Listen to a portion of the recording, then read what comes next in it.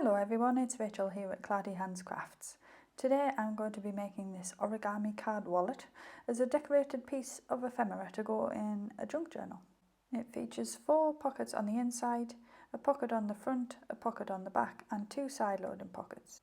You can make these in lots of different sizes, but I am starting with a simple piece of plain white A4 copy paper. The first thing to do is to fold it in half and then open it out and fold the outside edges in towards the centre line. I should mention that it's best to use paper rather than card for this, as it can get quite difficult to crease later on. Open the edges out and then fold the 4 corners over so that the edges line up with the closest fold line. You want to try and get the angle straight on these, as it can affect the way that it comes together at the end. Fold the outside edges in towards the centre once again. If you have folded accurately, everything should line up in the middle. Flip your paper to the back and then fold the project in half again. You can use a bone folder or something to coax your creases into position. Open it out and then fold the bottom upwards, but instead of meeting the fold line, overlap it by about 1/4 of an inch. Burnish the fold to make it crisp and then fold the other edge upwards in the same way after you've swiveled it round. Fit one section inside the other, tucking it into the triangular pockets. You should then be able to close the wallet and then fold these lips on the outside pockets over to make them more robust. I folded them out first to make the crease, and then I was able to tuck them in neatly. It was a bit fiddly to do, but it made everything look neater. To keep the wallet secure, I added a dot of glue to the bits where the triangles overlapped. That would stop the 2 sections from coming undone. Now it's time to decorate your wallet and find some journal cards, tickets and tags to put inside. For mine, I decided to do a pink and white shabby chic theme, so I started with this piece of vintage white lace. I added a fine layer of glue to the area that would be covered by the lace and then stuck it down over the top. The lace was wide but not quite wide enough to cover the whole pocket, so I added a narrower white trim to line the entrance as well. I had this floral motif left from an old card making kit and decided to use that as the focal point.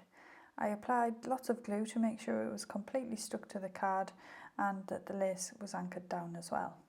Next, I wanted to add some decoration to the inside corners of the wallet, so I measured a sheet of paper against the right angles and marked where I needed to cut. I then cut 4 of them. Cutting each of the 4 corners from the sheet like this ensured that the directional print would be the right way around for each corner. While I had that coordinating card to hand, I made 2 quick little journal cards to go in the front and back pockets. The cards poke out of those pockets a little bit, so it was an opportunity to carry the floral theme to the outside cover as well.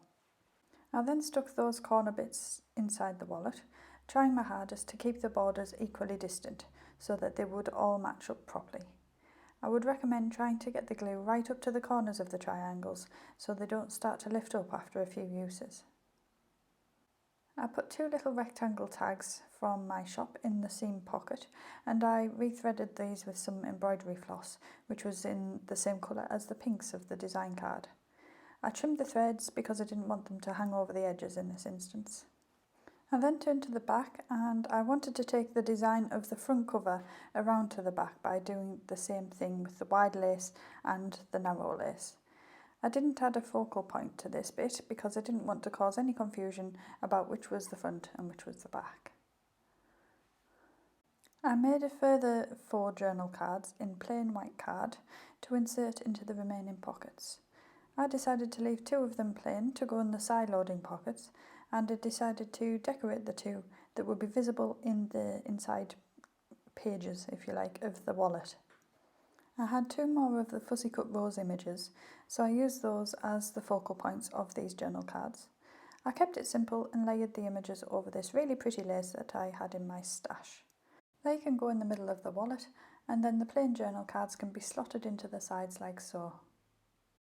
Before you go, I just wanted to let you know that I will be starting a new Facebook group in the next couple of weeks where we can all share our ideas and little projects like this one.